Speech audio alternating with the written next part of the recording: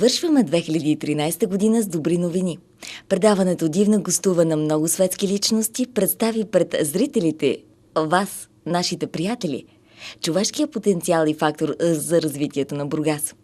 Екипа на предаването следваше събитията и случващото се в морския град. Откликвахме на желанията ви, на вас, нашите зрители.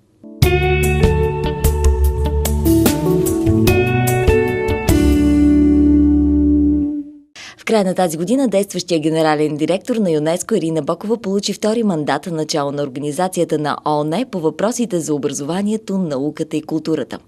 Това реши на сесията си Генералната конференция на ЮНЕСКО в Париж. В изпълнителния съвет кандидатурата на Бокова получи абсолютно мнозинство от гласовете. В първия мандат на Ирина Бокова ЮНЕСКО преживя тежка криза.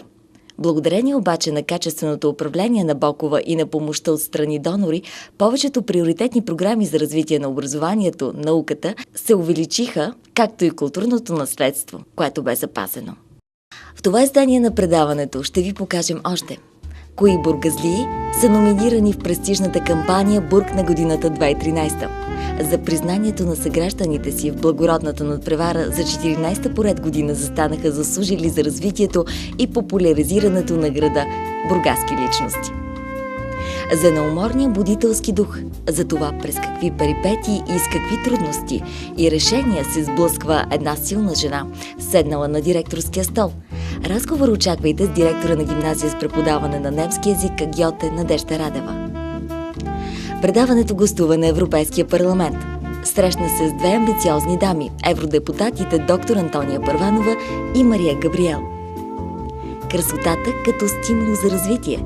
Ще ви покажем майсторството, изяществото и изобретателността в моделите, сътворени от една бургаска дизайнерка – Стойка Новкова. За 14-та поред година престижни и заслужили бургазлии се борят в кампанията Бург на годината 2013. Мария Димитрова за изключителен принос за безопасността по пътищата и повишаване на културата и толерантността на водачи и пешеходци. Весела Йорданова и екипа на дирекция култура, маркетинг и пиар при община Бургас за засилване ролята на изкуството като двигател в процеса на развитие на града и хората. Професор Стефан Чапкънов, създател и дългогодишен ръководител на фолклорен ансамбъл Странджа. Петър Алексиев, основател на детски футболен клуб Звездичка, за пробуждане на необходимия спортен дух и здравна култура на бургаските деца. Сдружение Хамалогика за разкриване потенциала на Бургас и провокиране участието на гражданите в неговия живот. Иван Марков за поредното голямо постижение в областта на спорта – сребърен медал на световното първенство по вдигане на тежести в Полша тази година. Здравейте, казваме на един бургазлия по дух, по душа, по традиции, по това, което прави за своя роден град. Красимир Димитров, управител на Радио 1 и Радио Микс в Бургас, създател на една традиция и марка за община Бургас – Бург на годината 2013. Всъщност, добре дошли първо в ефира ни. Добре заварили. Създател не съм единствен, общо взето екипа на Радио Гларус първо го реши да направим тази кампания, защото медиите, специално нашите медии, са чисто търговско предприятие, съответно работим за печалба. Но заедно с това, тъй като имаме възможност, не строим къщи, хората, които строят къщи, печелят от това, че създават нещо друго полезно за хората, но ние, тъй като достигаме до много хора, имаме възможност да влияем по някакъв начин и да влияем, разбира се, за добро. Съответно, за развитието на града е хубаво да има такива инициативи, хората да вземат пример, да искат те да станат следващата година и така нататък. Само, че да искат те да станат, се нуждаем от малко уточнение, да искат да станат журналист на годината. Първо го решихме като журналист на годината, защото като медии отново да теглим за качествена журналистика. Оказва се обаче, че журналистическата гилдия е много ревнива. Имаше буквално сърдити, емоции и така, въпреки че ние го правим, организираме, осигуряваме статуетките, които са много красиви, различни по различно време. гласуваха в началото главните редактори и собственици на медиите в Бургас. Абсолютно открито и въпреки всичко имаше журналисти от типа защо мен не направихте, а направихте, сякаш ние ги правим, или кой си друг. Затова решихме да е нещо по-добро, по-обобщаващо и да дърпа малко развитието на града, не само като качество на журналистиката, а въобще за хората, които правят нещо за развитието на Бургас. И понеже е много подходящо името, Бург означава гражданин на немски и Бург като част от Бургас, решихме да направим Бург на годината. Така че сега в момента е Бург на годината. Една стара история и стара традиция. Вече 13 години, 13 бурга, 13 статуетки. И все пак от кого и как се роди идеята? Освен това, че извеждате на преден план достойните бургазли, които наистина трябва да се стремят да повишат качеството на живот в своя роден град. Как стана така, че наистина да има онези двигатели, които да изведат на преден план тези личности? Ами аз ви казах, обсъждайки целият екип на радиото, тогава още Гларус, обсъждайки тези неща във връзка с журналист на годината, решихме да направим Бург на годината. А това, което в момента сме включили, най-новата ни категория, всъщност то нямаше категории, по принцип се дава статуетката за личност, която е допринесла най-много за развитието или популяризирането на града, във всяко отношение. Тази година включихме нова категория за върнали се младежи. Това беше идея на дъщеря ми и няколко месеца след това получих един имейл от архитект Емил Боролянов, който предлагаше същото. Завърнали се младежи, които са учили или работили, защо не, извън Бургас, не само в чужбина, защото все повече има и е радостно като тенденция въобще в България, хора, които са завършили образованието си в чужбина най-вече и се завръщат в България, независимо дали в родния си град или не, но в случая с Бургас, къде да се завърнат в България, освен в Бургас? Най-хубавият град не само според класациите за живеене и така нататък 2 години, а той наистина е най-хубавият град за живеене в България и за работа, защо не. Така че направихме новата категория за върнали се младежи. Тази година за първи път ще бъде. Имаме вече номинации. Очакваме още. Очакваме от всякакви хора, които са свързани с такива успешно реализиращи се и успешно работещи се за Бургас млади хора да изпратят на мейл, Фейсбук, да изпратят предложенията. А може би това, което ще получите като информация и сведения тази година, ще бъде въведение в следващата 2014 и следващия Бург, да се съсредоточим върху тази годишния. Оказва се, че в историята самия кмет Димитър Николов е 2 пъти носител на приза Бург на годината. Един път като кмет и друг път преди да стане такъв. Всъщност първият път. Дали случайно или не? Определено не е случайно. В смисъл, всички досега, които са печелили престижната награда и те са я спечелили на базата на гласуванията на слушателите на Радио 1. Отново казвам, ние го организираме, а хората гласуват. И който получи най-много гласове по интернет, в нашата страница, по мейл, в Фейсбук, по телефона, по скайп, по всякакъв начин е гласуването, събираме гласовете и съответно човека, който е получил най-много гласове, разбира се, някой има с коментари, някои са без коментари, гласувам за еди кой си, така че той печели и общо взето тези, които са спечелили до сега, абсолютно с, поне по мое мнение, пък и не само, абсолютно с основания са спечелили.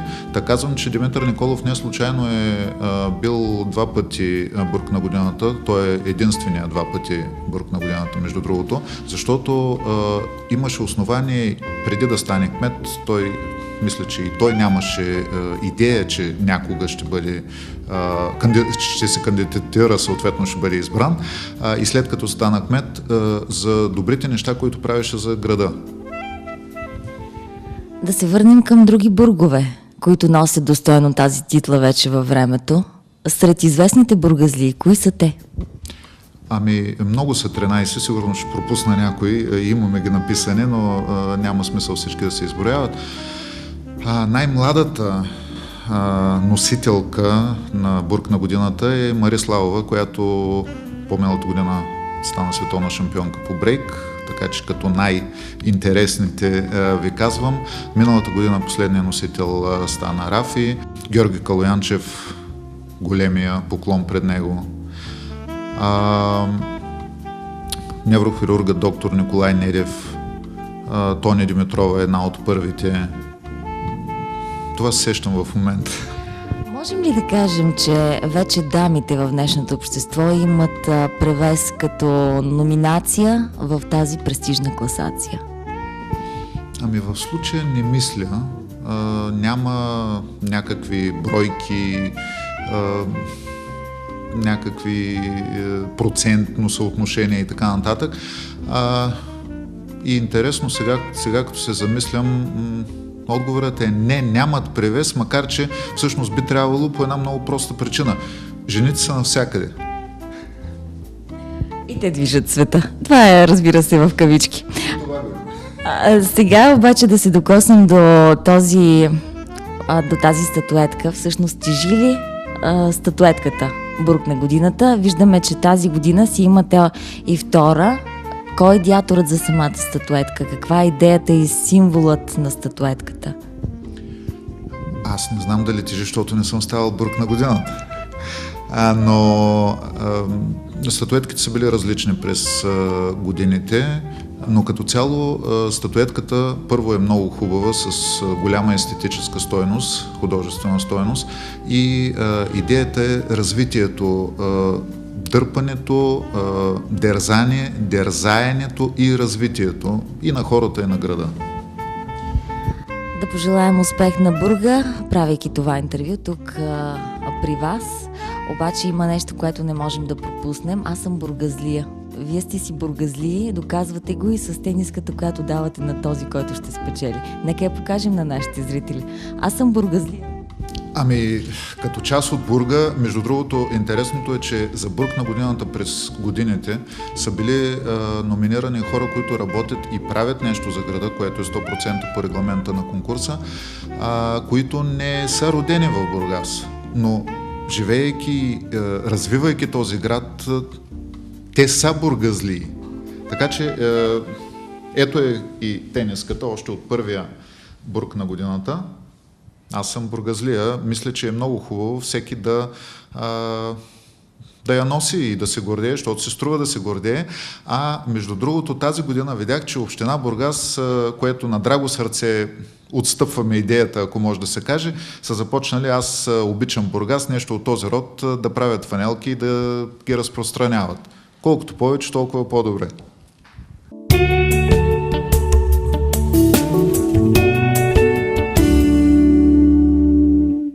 Скъпи приятели, колко малко е нужно на една дама да се чувства неотразима. За красотата, за излъчването на съвременната жена. За това как креативната бургаска дизайнерка може да провокира своята не само публика и аудитория, може да провокира, разбира се, съзнанието ни, че красотата идва от нас и ние трябва да я преследваме. Може да провокира тенденцията ни винаги да изглеждаме безупречно. Ще разберете, ако останете с нас. На гости сме в модното студио на Стойка Новкова. Как се раждат идеите? Или как завършва цялата тази красота в едно модно ателие? На гости на Тунена днес. Всяко момиче почти мечтае да стане дизайнер. А защо е така? Аз лично никога не съм мечтала да стана дизайнер. Просто това, което мога, го приемах като даденост. Защото шиех още от ученичка. Първата ми рокля я направих в 5 или 6 клас. Нещо такова. Уши или изрисува? Изрисувах, не. Направо си я скроих и си я уших. И като излязах с нея, бях много горда. И така, всъщност, така, винаги съм го знаела, нали, и не съм мислила, че не съм мечтала да ставам дизайнер. Мечтала съм да правя красиви рокли. А пък каква ще съм? Много пъти и ми казват и шивачка, защото всичко аз изработвам. Нали, моята работа не се състои само да нарисувам скицата. И който иска да стане дизайнер, според мен, нали, трябва да знае, че трябва да може повече от тези, които работят за него.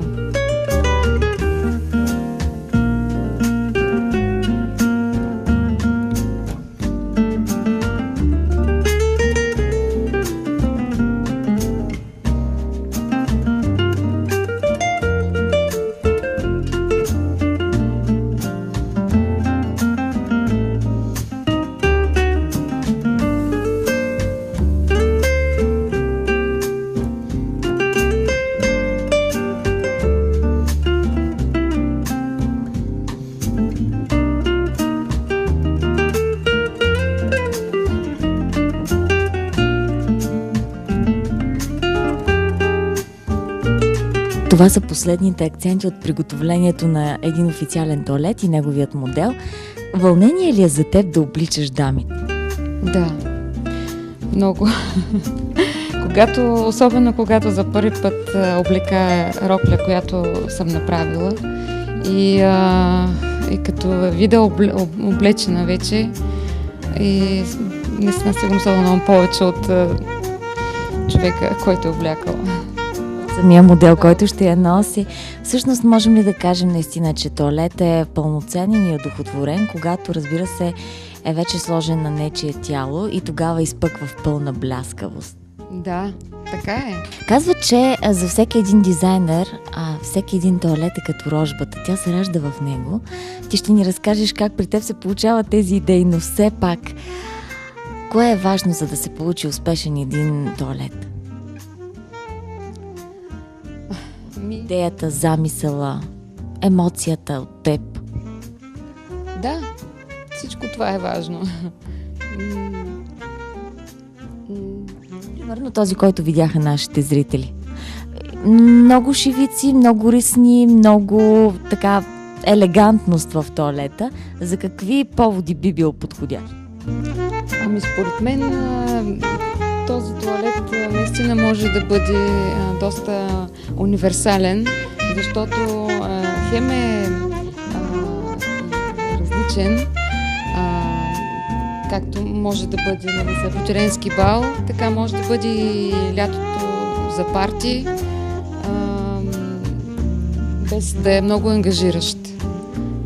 Отворена ли е бургаската дама към подобни тоалети и изяви в светския живот? Да, според мен все повече така са отворени да експериментират и да бъдат по-различни. Обикновено, когато дойдат при теб за тоалет, за официална вечер или повод, какво най-често си пожелават дамите? Има ли класически залагания? Първо най-вече искат да няма никой друг като тях. А за друго не мога да кажа, защото всяка харесва различно. Една иска да бъде по-секси, по-разголена, а друга иска да бъде по-класическа визия да има. И така, общо взето, не може да се каже, че всички харесват едно нещо. Случва ли се да се придържаме към вкуса на кавалера до нас? Или по-често ли той налага своя вкус? Не, при мен общо взето идват без кавалери. И аз предпочитам така, защото тогава най-добре мога да усетя жената какво харесва. Ставаме ефекта на изненадата за тях. Да, точно така.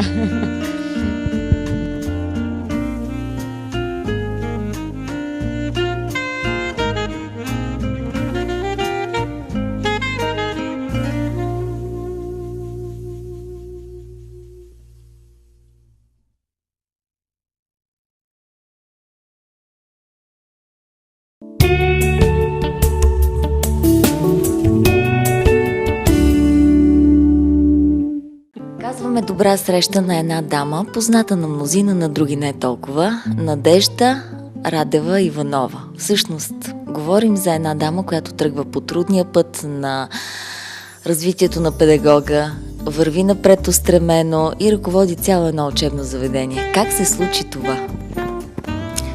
Как се случи да попадна в това учебно заведение, как се случи да стана педагог или как се случи въобще да бъда в тези среди? Да започнем от историята. Всъщност стъпка по стъпка. Стъпка по стъпка аз, откакто се помня, мислещ човек, работещ човек, винаги при мен е имал някой прикачен да работя с него, да преподавам, да му помагам. От училище е така. В моя така професионален път професията учител не е била самоцел. Аз съм завършила инженерство, 10 години съм била в проектантска. Така се стекаха обстоятелствата, че като специалист попаднах в едно професионално училище да преподавам. Първо преподавах като нередовен учител, просто като консултант и след това разбрах, че попрището ми е там. Много неща направих за професионалното си израстване. Всичко, което успях като професионалист, научил през тези 10 години в практика да го приложих, за да може децата да се допрат до професията си, това, което се изучаваше в професионалното училище. В един момент разбрах, че се изчерпах като преподавател. Доста опит натрупах по отношение на организационна работа, подготовка по отношение на работа с колектива и обърнах поглед към организационната работа и административната дейност. Надявам се, че за тези 3 години съм успяла това, което съм научила от теорията, да го приложа в практиката и малко или много училището, което съм поела ангажимента да поемам отговорностите, защото аз не се чувствам като началник или нещо повече от своите колеги, просто си човек, който е на позиция, която поема отговорността за всичко случващо се тук.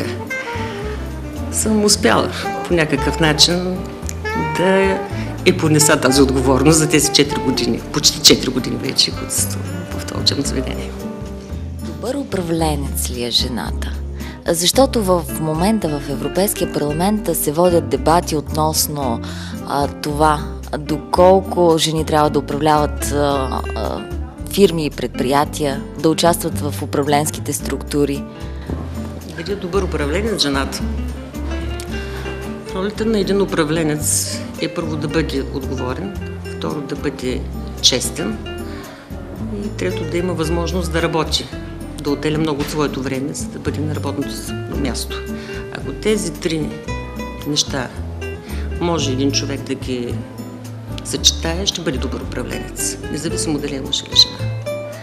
Важно е да може да бъде човек, който взима решение на момента, да стои зад своите решения и решенията му да бъдат правилни.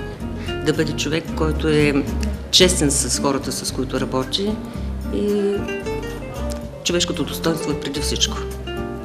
Когато един управленец се изправи пред своят колектив и работи с хора, особено в училищата, където се работи изцяло само с хора, много е важно да запазваш достоинството на всеки един. Все пак ролята на жената тук, имайки предвид качествата на една дама, да бъде по-сенситивна, да бъде чувствителна към някои ситуации. Няма място управленец да бъде чувствителен и емоционално да се изразява. Не.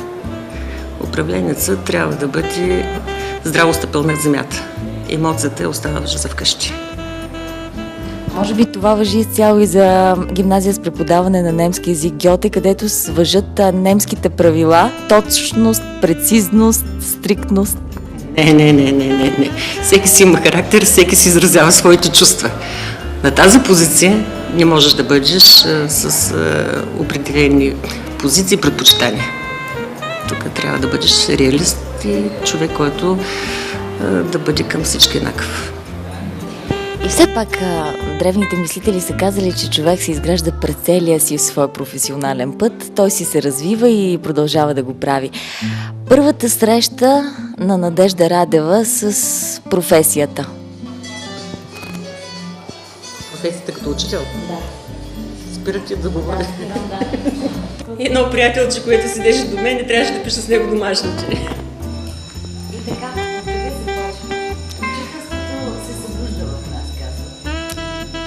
Учителството е призвание. Не знам дали се събужда, но за да бъдеш учител, трябва да имаш необходимостта да помагаш първо на тези, които са пред тебе, и после да имаш безкрайно търпение, за да научат това, което искаш да им покажеш. Аз в началото на разговора ви казах, че винаги към мен е бил прикрепен някой, на когото да обяснявам.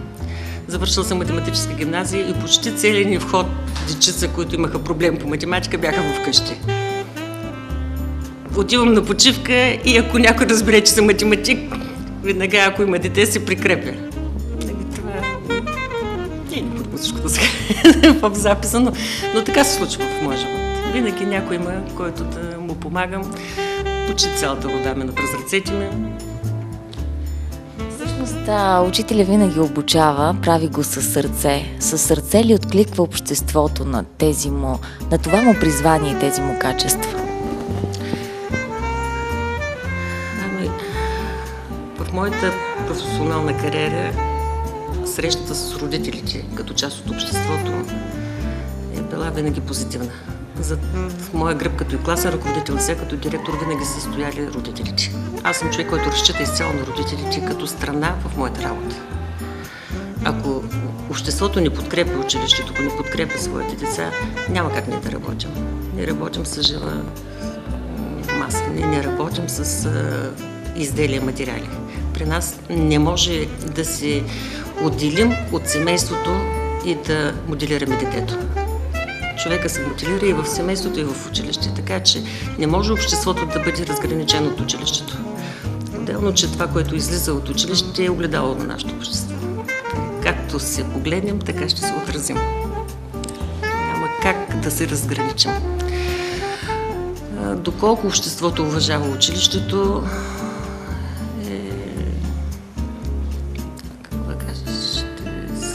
спестя коментара, защото немска езикова гимназия не е град Бургас, не е България. Това, че в немска езикова гимназия родителите са причастни с всичко, което се случва и са причастни с живота на своите деца, не навсякъде е така. Не навсякъде е така, за жалост. Много родители остават училищата да възпитават и отглеждат децата им. В някои страни по света, като Финландия, тази професия е издигната на пиедестал. Тя е на върха на йерархията сред професиите. В България как е? Всички нас тази професия е на пиедестал. Въпреки че финансово не е задоволена, въпреки че ние си мислим, че сме абдикирали, че някъде сме свалили. Не.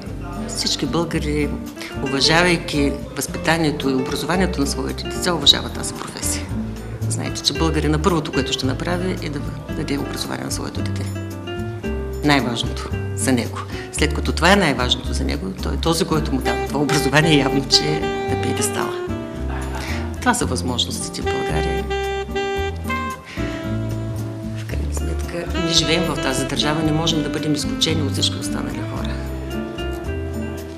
Каквото можем, го правим от сърце. Каквото може държавата, прави за нас. Сега, доколко взаимно ще можем да се издърпаме и да минем така по-светъл хоризонт, както се казва, и го чакаме, зависи от всички нас. Не зависи от единици хора. От обществото има една приказка. Всеки заслужава живота си.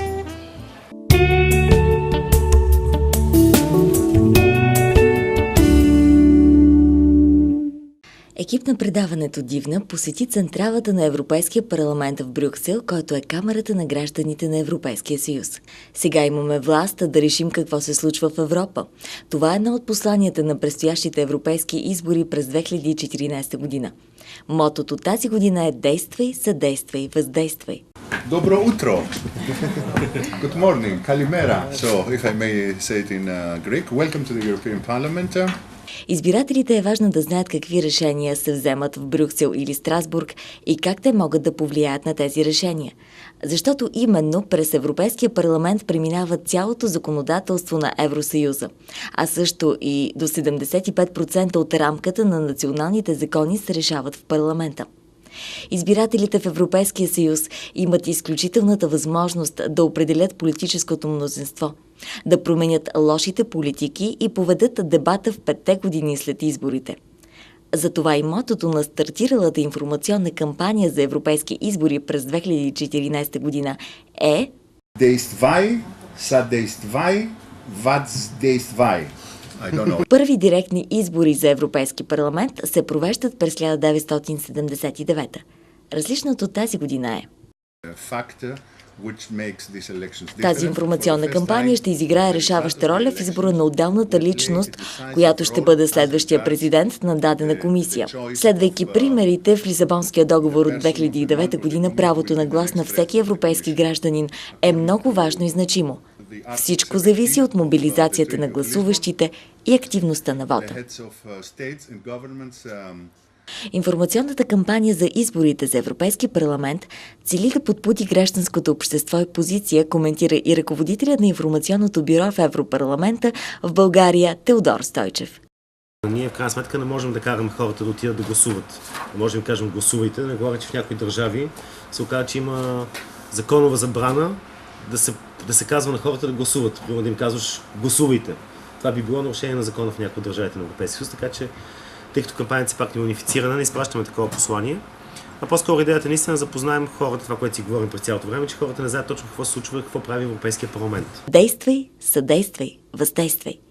По-силен Европейски парламент означава повече влияние на всеки от нас. И именно ние, гражданите на Европа, имаме влиянието върху избора на нов парламент.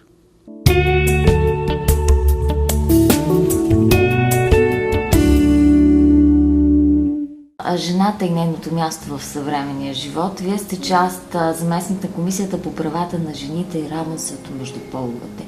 Всъщност, какви са основните приоритети в работата на тази комисия? Можем ли да говорим, че има все още разделение в днешното общество? Това беше и моята изненада. Идвайки в Европейски парламент, малко трудно се приема мисълта, че в 21 век Комисия за равенство на половете и правата на жените съществува. Факт е обаче, че имаме много работа. И факт е, че именно работата по приоритетите, такива, които са дефинирани в комисията, ни позволява да изтъкнем един факт. Никой от нас не иска жените да заемат определена позиция в политиката, в икономиката, защото са жени, а защото говорим за неизползван потенциал на цяла Европа. 60% от завършващите висше образование в Европа са жени. 10 години по-късно на пазара на труда ние сме много, много далече от тази цифра. Много важно е в този момент това, което инвестират държавите членки в образование на тези млади жени, да се възползват от качествата и от потенциала им. И за това е необходимо да продължаваме да отстояваме техните права. Факт е, че последните няколко месеца основна тема беше предложението на комисар Рединг за квоти за жените в управителните бордове на големите компании. Факт е, че само 3% от председателите на тези управителни бордове са жени и само 11% са жени членове. Факт е, че ако не допуснем жените в сферата, където се вземат решенията, защото имаме вече анализи, които показват, че жените са много добре представени на нивата, където се върши работата. Но там, където се взема решението, е много важно жените да имат още по-силно представителство, за да могат да бъдат взети предвид в разработването на политиките и гледните точки на жените. Защото то ни води до други приоритети на комисията. Не е само участието на жените в политиката или в вземане на икономически решения. То е свързано с много чувствителни социални проблеми. Това са темите за майчинството. Това е темата за успешното съвместяване между професионалния и личния живот. Една жена не бива да бъде поставена пред избора добър професионалист или добра майка, защото този избор не се поставя пред мъжете. И факт е, че в това отношение има още много какво да се направи. Комисията по правата на жените в Европейски парламент помага. Тя няма правомощия да прави общи политики, такава не съществува в Европейски съюз. Но тя помага гласа на жените в Европа, а и извън да се чува. И именно работата по тези теми ми донесе голямо удовлетворение и тази година, защото получих наградата Евродепутат на годината в категория равенство на половете. А тази награда не е лична, тя е награда за България. Това означава, че България има положителен принос за тези теми. И аз се радвам, че в тази комисия продължаваме да говорим именно за тези чувствителни въпроси, но пък те ни помагат по този начин да бъдем много ясни. Правата на жените, моето лично мнение е, че ще могат да бъдат защитени, когато го правим заедно с мъжете. Аз го споделям с моите колеги, не знам дали е проблем или не, често казвам, че не съм феминистка, но защитавам правата на човека. И трябва на всички да стане ясно, че правата на жените са права на човека. И в тази връзка трябва да го правим заедно с мъжете. А как оценяте тогава работата на Ирина Бокова и работата на ЮНЕСКО в популяризацията именно на дамите, като можещи, дамите в бизнеса, дамите, които движат напред, са двигател в обществото? Прекрасни примери, защото когато говорим за такива личности, които България е дала на света, защото е факт, не бива да се притесняваме да го казваме, те спомагат да се откъснем от онези стереотипи и предразсъдъци, с които трябва да продължим да се борим. Такъв тип светли личности ни показва, защото не е само тя. Особено България трябва да се гордее. Имаме Ирина Бокова, имаме Йорданка Фандъкова, кмет на София, имахме жена, госпожа Цачева, председател на Народно събрание. Имаме министри, които, за разлика от други страни, не са министри по социалните дейности и по семейните въпроси. Така че в този смисъл те за мен са тези примери, които позволяват да се види какво ще се случи, ако се даде шанс на една жена да изпълнява функция. Тоест, много бързо, чрез нейния професионализъм, аз съм сигурна, че голяма част от хората не ги свързват с това, че те са жени, а ги свързват с успешни политики, с качества, с новаторски идеи. И ето за мен това е най-положителното, което и тези жени носят за всички останали, защото те въздействат не само върху жените, давайки ни още по-голям стимул, но те въздействат върху всички, цялото общество, за да видим в крайна сметка, че ако се освободим от стереотипите си и предразсъдъците си, една функция ще бъде добре изпълнявана, не защото на нея е жена или мъж. Но може би, давайки шанс на жените, ще дадем повече шанс за това тази политика да бъде разработвана от всички заедно.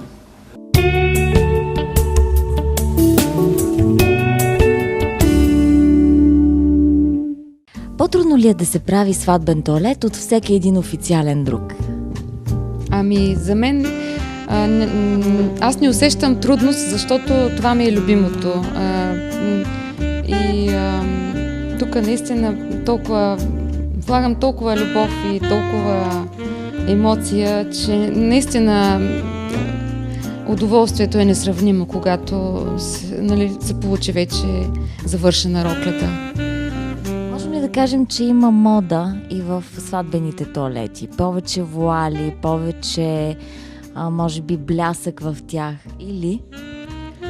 Ами, мода не бих казала, защото всеки харесва различни неща. И според това, според натурата, според характера. Някои иска да са по-пишни, някои да са по-умерени, с шифон, по-леки рокли. Така, не може да се каже, че има мода. Поне за мен не е така. Виждам, че всички различни неща харесват. Винаги съм си мислила, че дизайнера винаги си представя някакъв конкретен образ, когато прави свое творение. И при теб ли е така? Много пъти си представям нещо, но докато стигна до края, доста променям. Защото в процеса на работа ми се избистрят нещата. Така че и това според мен е по-добре, защото когато човек се придържа към първоначалния план, не винаги се получават нещата. Защото, не знам, поне според мен е така, при мен е така. Оставям се да ме води някакво вътрешно чувство и така създавам. Има и в булчинските тоалети неща, които крият изненади. Примерно една рокля, която е зад гърба ни, сега ще те провокирам да я покажем на зрителите. Тя е съставена от две части, т.е. булката може да бъде креативна, новатор, да покаже изненада за гостите си на тържество. Да, точно така. Тази рокля наистина може да изненада гостите на сватбата. След официалната част, когато и вече когато всички се развикрят в купона, тя просто може да свали долната част, която даже за това може да и помогне и съпруга й вече. Просто така да направи и... Тоест, след като вече е казал съдбовното да, вече може да си позволи тази волност, но роклята е достатъчно интересна като замисъл. Ето. Този по-нестандартен, но пък по-фриволен вид на булката, да го наречем. Веднага те питам, всички тези цветя, които са по тази рокля, са ръчно ушити от теб, предполагам. Ушити, да, и направени. Абсолютно всички цветя и въобще всичко, което тук е направено, е ръчно. Тази рокля, тези ресни са ръчно направени. Дантелата също е ръчно бродирана върху плата. Тези цветя също са изрязани ръчно. Това не е плат, както и това. Това също. Това е ресна по ресна поставена. Плетениците също до тях са от плат направени. Тоест можем да говорим, че както тоалета може да бъде изненадващ и креативен в своя замисъл, така и самият му модел и носител да бъде новатор и да носи този стил в себе си, да поеме енергията. Така е, да. Непрекъснато искам нови неща да създавам и всъщност това прави работата ми интересна. Можем ли да кажем, че откакто вие сте сформирани като така асоциация на бургаските дизайнери, показвате, че в Бургас се твори, можем да кажем, и висша мода? Да, стараем се наистина да покажем, че в Бургас има достатъчно добри дизайнери, от които могат да избират жителите на града, а пък и не само в нашия град. Защо ли пък само морските хора да се възползват от този стил? Добре, благодарим ти до тук. Продължаваме след малко с въпросите, защото те са много, защото зад красотата на един тоалет, уважаеми зрители, и зад това една жена да изглежда неотразима, се крие таланта на дизайнера, който създава роклята. А тя винаги си има своя първообраз, т.е. нейният носител. След малко очаквайте още.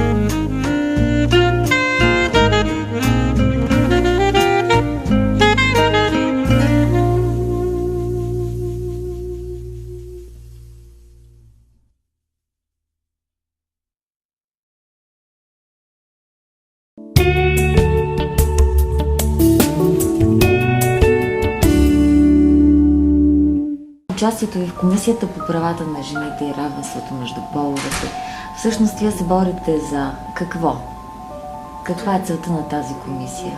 Тази комисия има доста сериозни инициативи в поредица от трудни за намиране на баланс сфери и в области, в които има наложено статукво, да не кажа само многогодишно, но и вековно статукво на разпределение на ролите и на властовия ресурс, включително и финансовия ресурс и вземането на решения между двата пола. Не равното заплащане за равен труд между мъже и жени е очевидна дискриминация. То не се базира на качествата на двата пола. То се базира на установени форми на предпочитания, които по някакъв начин са обществено толерирани. Следващият проблем е в типовете заетост, които се приемат като предимно женска сфера. Това е сферата на услугите, образование, здравеопазване и така нататък, докато за мъжете са по-високо платените сфери в икономиката, като енергетика, като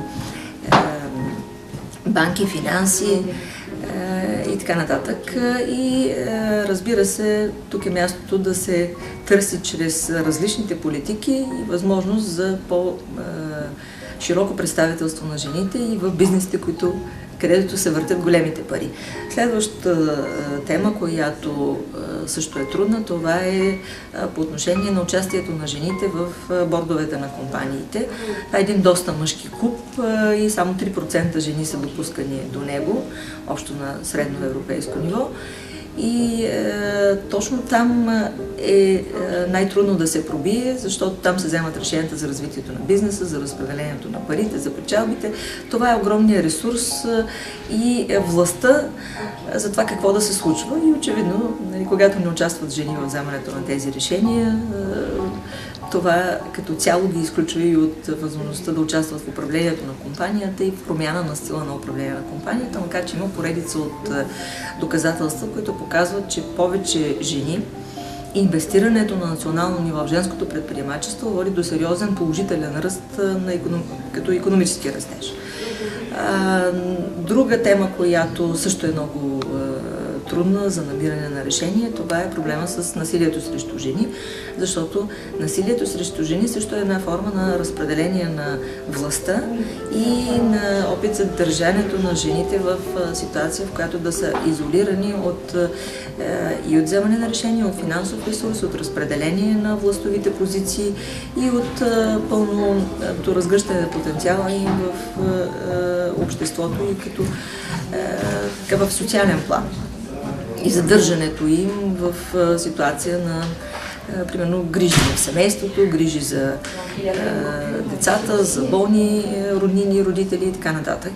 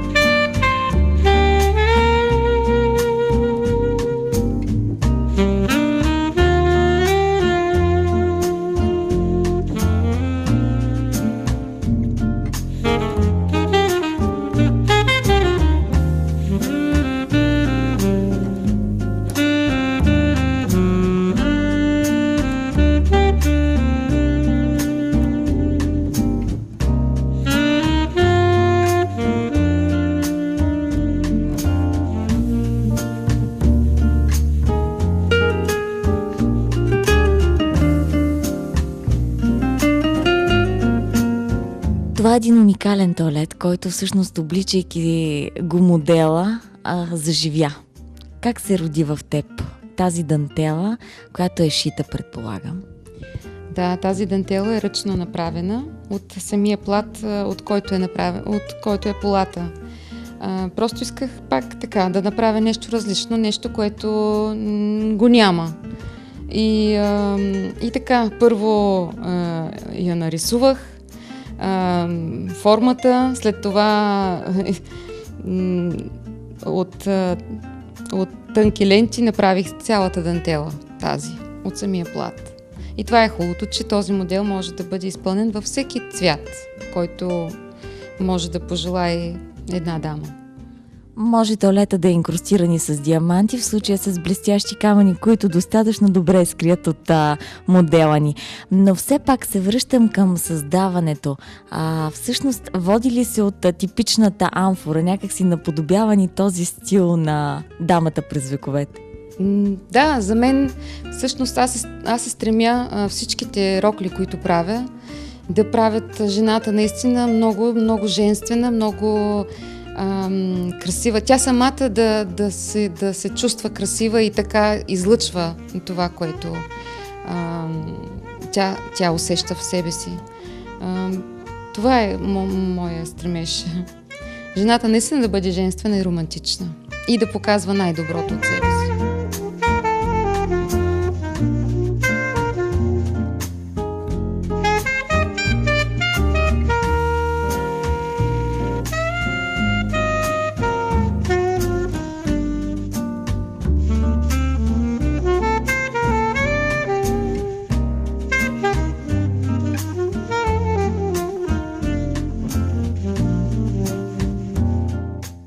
Всъщност това е един блескав тоалет, който е създаден от теб кога?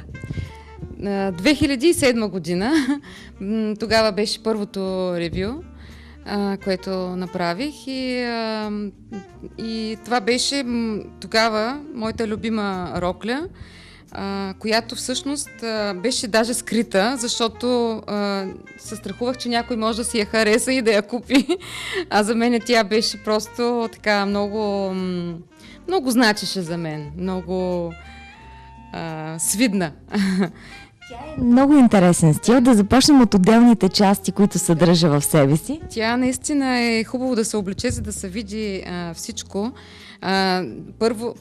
Първоначално нямаше курсет и се състоеше от полата, която аз мога да покажа и на себе си. Ето така се раждат хубавите идеи, когато, разбира се, и самият дизайнер не само вижда модела, който твори, но някак си създава красота. Колко, примерно, плат отива за един такъв тоалет? Или тук грамаж няма? Нито грамаж, нито метър. Метъра не работи. Да, защото ако не обичам да... Винаги разполагам с повече плат, разбира се, за да мога свободно да работя и да не се съобразявам с това колко плат ще ми отиде. Така де, тази пола всъщност трябва да, всичко, което правя, пробвам на себе си. Дори манекен на шивашки не ми помага. Обичам, когато облека, тогава виждам къде и какво трябва да се промени. Тази пола стои така, под талията и това е горничка, която пък е малко над талията. И всъщност има малко... Какво се случи на това ревю тогава? Можеш ли да върнеш времето назад в спомени? Да, тогава много се вълнувах и много се притеснявах как ще се приемат нещата, но така всичко мина добре. Естествено, сега след толкова време Казват, винаги е като за първи път. Винаги, да. Винаги има емоция, винаги има притеснения, как ще мине всичко и след това удовлетворение. Приемаш ли тогава в случая себе си като една много силна жена? Защото ти срещаш всяко едно ново предизвикателство, ревю, участие и създаването на тоалети за него като нещо, което ти се случва сякаш за първи път в живота и трябва да се справиш? Ами, не знам дали съм достатъчно силна, но явно наистина човек може би наистина трябва да има сила, за да се бори с предизвикателствата.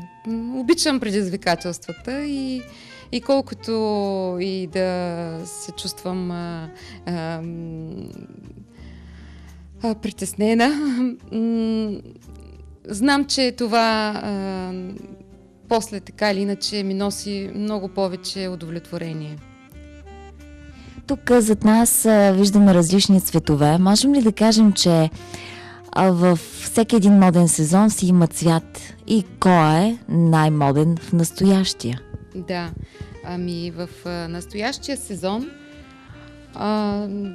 така петроленото, което аз много харесвам по принцип, се налага като сезон, като цвят в този сезон. И тук съм се постарала да раздвижа малко тази рокля и хем да е по-семпла, хем пък и да има пак заигравка с тези цветя, които ръчно съм направила пак. И да става за всеки случай. Всъщност за по-официален ден, но да не е супер тежка рокля, както повечето тук. И някак си се откорява една тенденция в тоалетите на Тонена или Стойка Новкова, а тя е именно цветята, флоралното във всеки един тоалет. Случайно или не? Ами не, сигурно не е случайно. Обичам цветята. Обичам това, което прави наистина роклята, да има живот в нея. И да кара този, който я облича, да се чувства уникално и различно.